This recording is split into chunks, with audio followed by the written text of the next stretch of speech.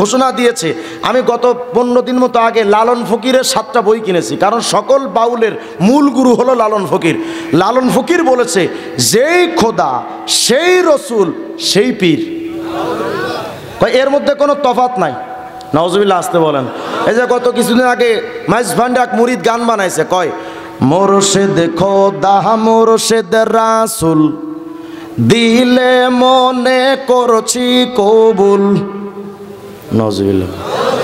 কি কয়? মুর্শিদ, মুর্শিদ মানে পীর সাহেব। কয় মোরশেদ খোদা মোরশেদ রাসূল দিলে মনে করছি কবুল, শুনে মোল্লার গোষ্ঠী ফতোয়া দিছে আমি নাকি কাফের হইয়াছি, আমি আর যাব না মোল্লার কাছে, তওবা করেছি।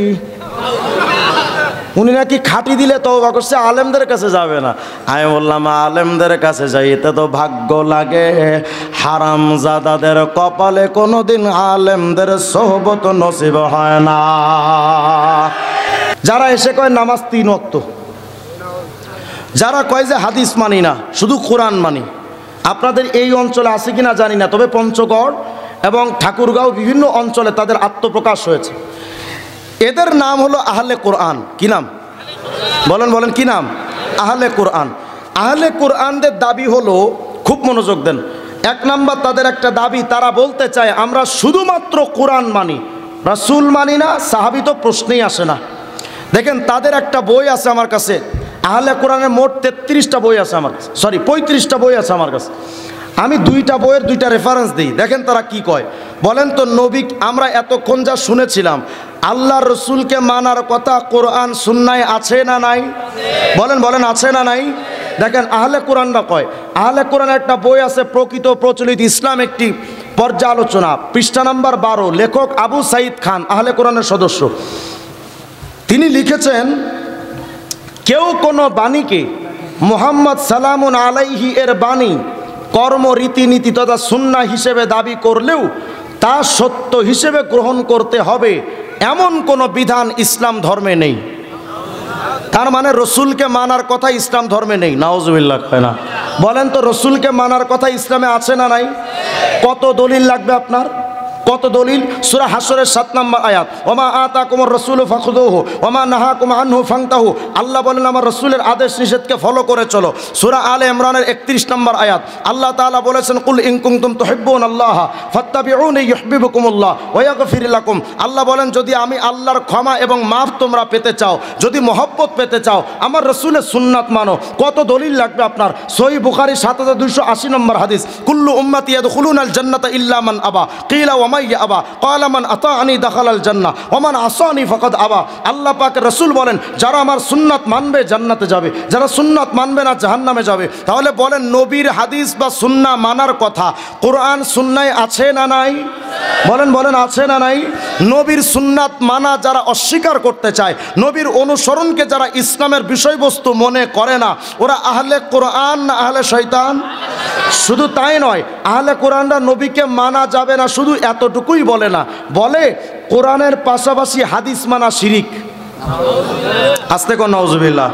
তাদের একটা বই আছে ধর্ম সংস্কার, লেখক মজ বাশার, পৃষ্ঠা নাম্বার 22, লিখেছে ঐশী গ্রন্থ তথা কোরআনের ব্যাখ্যা কোরআন গ্রন্থ নিজেই, এর সঙ্গে হাদিস, ফিকহ, উপনিষদ, টেস্টামেন্ট ইত্যাদি 2 নম্বরই মনুষ্য রচিত গ্রন্থের শরীক করার অর্থই স্বয়ং আল্লাহর সাথে শরীক করা, যা ক্ষমার অযোগ্য।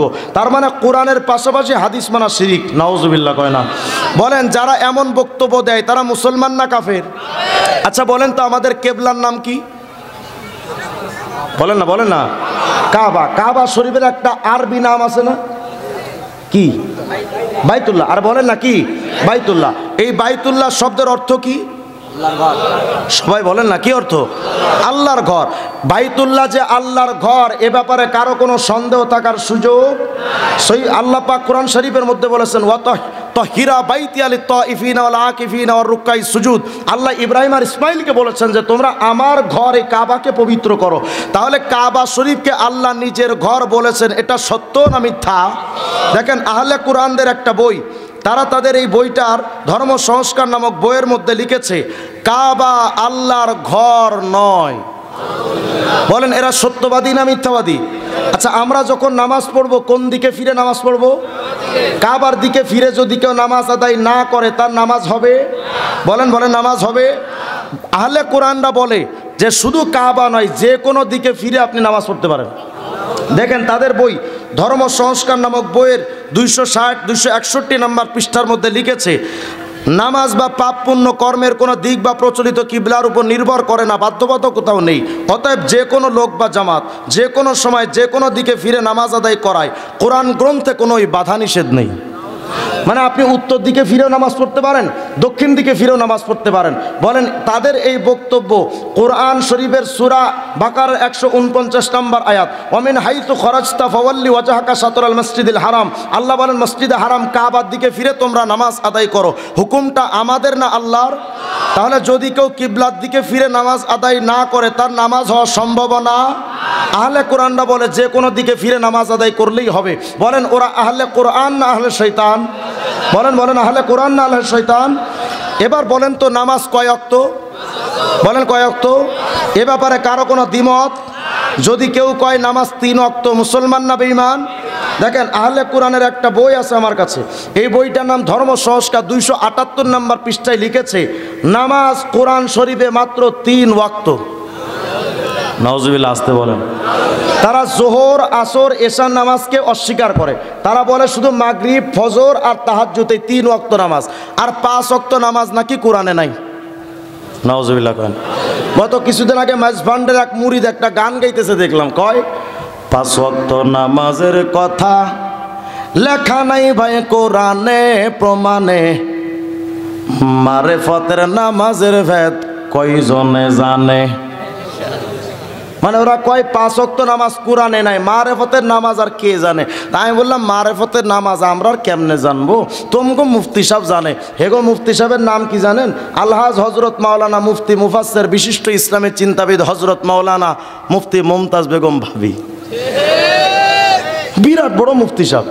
আরে সংসদে দাঁড়ায় কয় আমি বুখারী পড়ছি, মুসলিমও পড়ছি, সিয়াসিত্তা পড়ছি, সিয়াসিত্তার মধ্যে নাকি মেশকাতও আছে। নাউজুবিল্লাহ কয় না। এ যে তার শিষ্য মাঝে মধ্যে মুমতাজে ফতুয়া দেয়, কয় গান বাদ্য জায়েজ। নাউজুবিল্লাহ বলেন।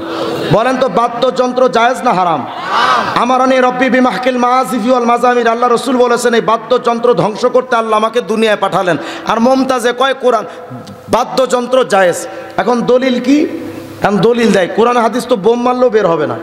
যদি ওর সামনে বুখারী শরীফ খুলে দেন নিশ্চিত ও 13 বার হার্ট অ্যাটাক করবে, দেখাতে তো পারবে না। এই জন্য একটা দলিল বানাইছে। কি দলিল জানেন? কয় আকাশটা কাঁপছিল কেন? বাদ্যযন্ত্রের জায়েজ হওয়ার দলিল এটা। কি দলিল? আকাশটা কাঁপছিল কেন, জমিনটা নাচছিল কেন, বরফের ঘামছিল কেন, সেই দিন গান গাইছিল খাজা যেই দিন। এই নাকি দলিল। আচ্ছা হাফেজ সাহেবরা বলেন তো কোরআন শরীফের কোন সূরার আয়াত এটা? এটা কোন কিতাবের হাদিস?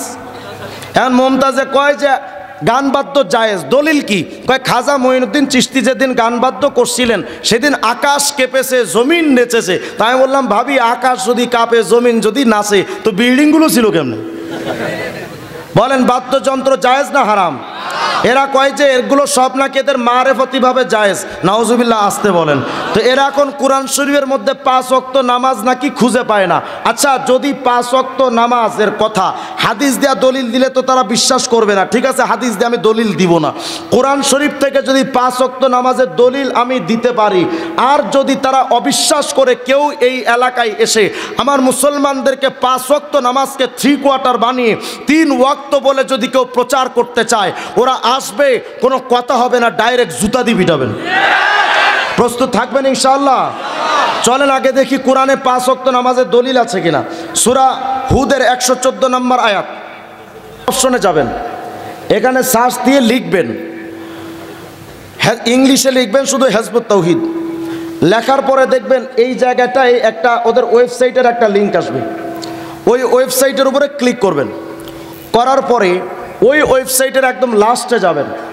যাওয়ার পরে দেখবেন নিচে একটা অপশন আছে যোগাযোগ লেখা, শুধু যোগাযোগ শব্দটা লেখা আছে।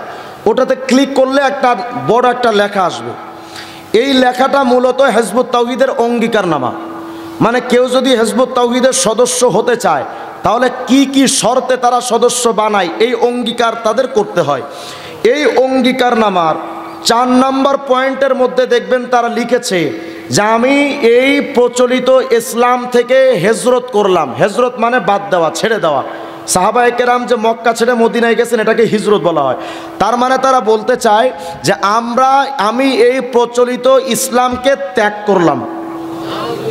বলেন যারা ইসলাম বাদ দেয় তারা মুসলমান না মুরতাদ? বলেন মুসলমান না মুরতাদ? হিজবুত তাওহীদের বক্তব্য হলো দাড়ি টুপি জুব্বার সাথে ইসলামের কোনো সম্পর্ক নাই। কয় বোরখা এটা শয়তানের আবিষ্কার করা।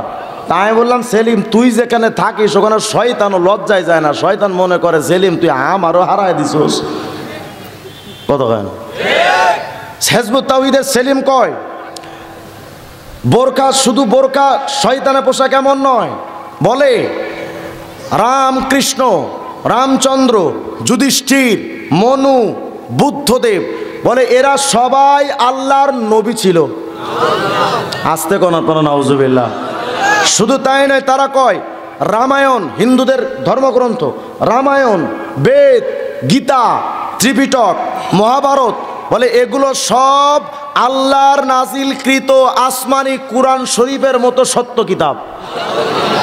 এবং আরেকটা প্রমাণ নেন, মোবাইলে গুগল অপশনে লিখবেন যে মানব সমাজে ধর্ম অধর্ম, পাশে লিখবেন ইংলিশে বাই বজ্রশক্তি। এতটুক লেখার পরে সার্চ দিলে দেখবেন তাদের বিরাট একটা আর্টিকেল লেখা আসছে।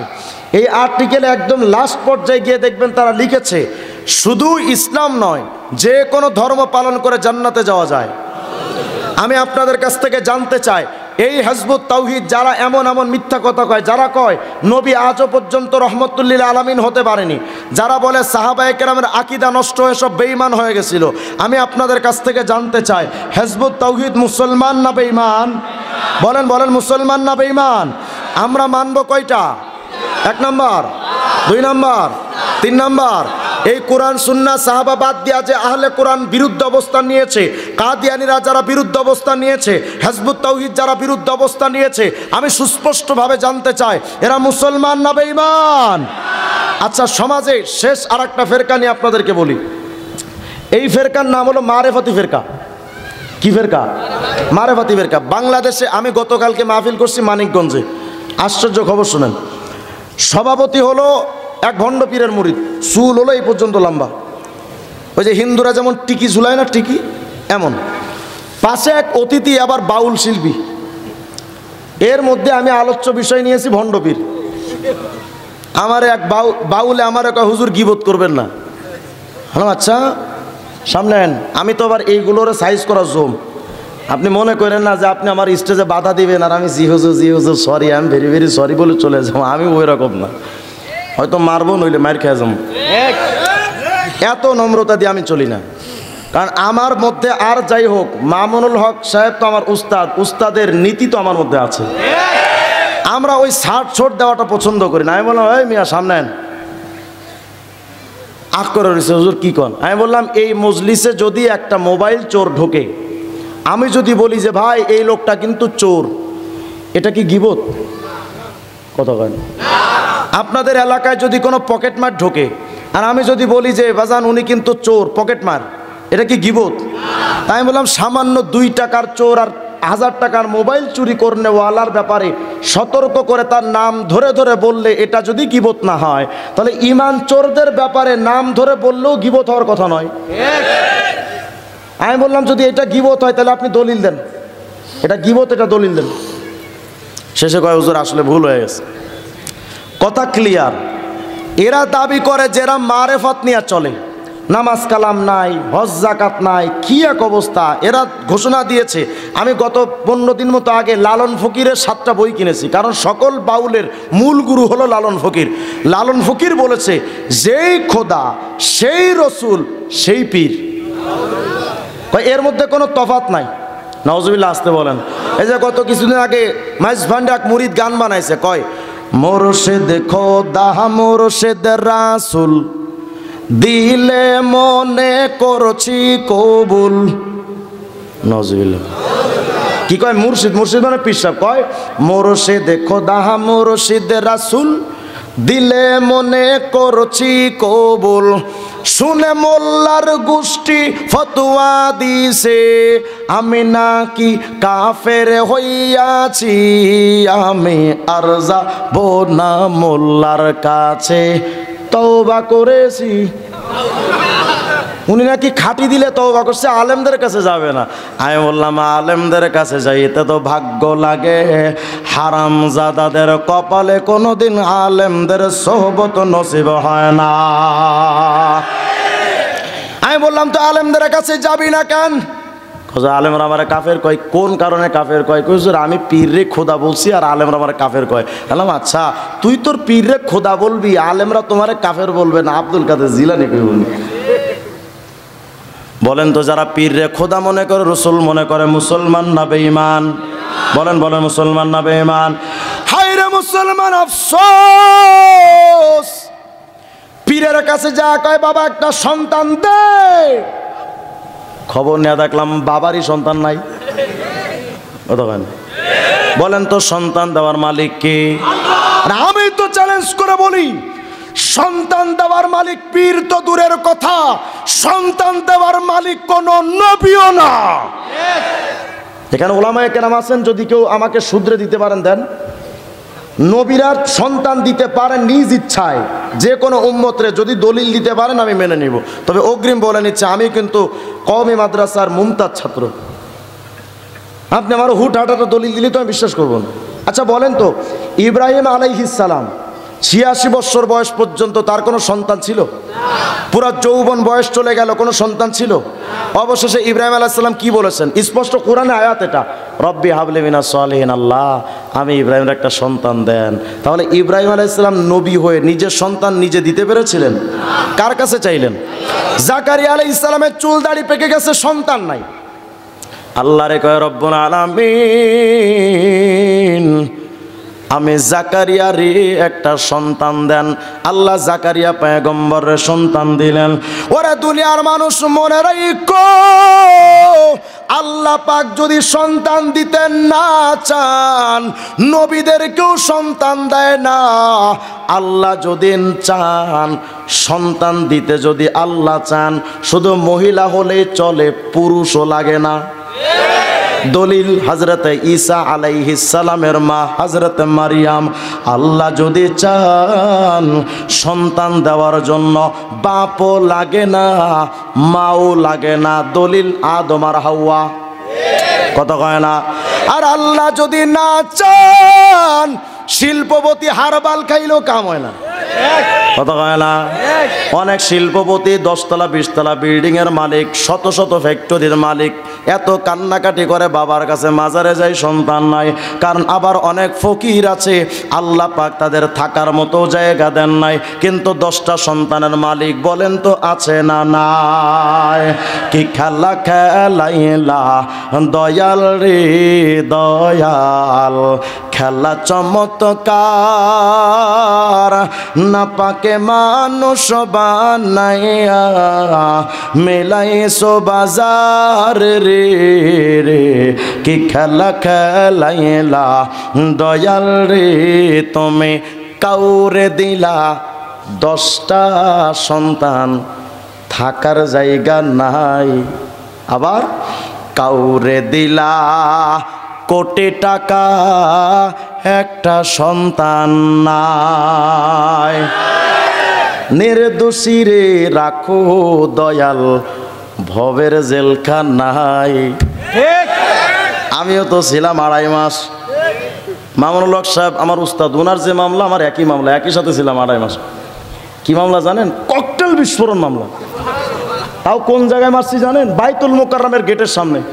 তা আমি বললাম যে আমরা এতগুলো হুজুর মিলে এত ককটেল মারলাম বাইতুল মুকাররমের সামনে, তো বাংলাদেশের গোয়েন্দা সংস্থাকে ঘাস কাটছিল ওই সময়?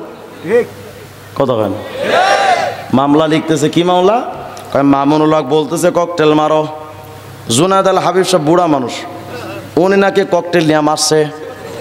আর আইয়ুব সাহেবের হাত একটা ভাঙা, উনি নাকি লাঠি দিয়ে একটা মানুষের মাথায় বাড়ি দেয়। আচ্ছা, আর আমার নামে লিখতেছে ওই জায়গায় রিজওয়ান রফিকেও ককটেল মারতেছিল। আমি মনে মনে ভাবলাম মামলাটা যিনি লিখছে উনি যে গাঞ্জা খাইছে হয়তো গাঞ্জার মেয়াদ ছিল না। কথা ভাই, মেয়াদ থাকলে এমন ডাহা মিথ্যা কথা লেখা যায়। নির্দোষীর রাখো দয়াল ভবের জেলখানায়, আবার অপরাধ করিয়া কেহ ঘরে সর্বদায়। নদীর কুল ভাঙ ও কুল গড়ো, একে তোমার খেলা। সকাল বেলার ধনী ফকির কর সন্ধ্যা বেলারে, কি খেলা খেলাইলা দয়াল রে। বলেন সব কিছু করার মালিককে। আরে নবীরা যেখানে সন্তান দিতে পারে না, তোর পীর কেমনে পারে? বোঝা গেল ওটা পীর না ওটা লুচ্চা। এই জন্য আমি নাম দিয়েছি ওটা পীর না ওটা আসলে জাতীয় পাড়া। ওটা কি? পাড়ার কামজা, ওই পীরের কামতার জন্য সিদ্ধান্ত ক্লিয়ার। আপনাদের কিশোরগঞ্জ এলাকায় যদি কোনো ভণ্ড পীর আইসা কয় আমি সন্তান দিতে পারি, কোনো কথা চলবে না, সরাসরি জুতা পিটা করে চামড়া তুলে ফেলা দরকার।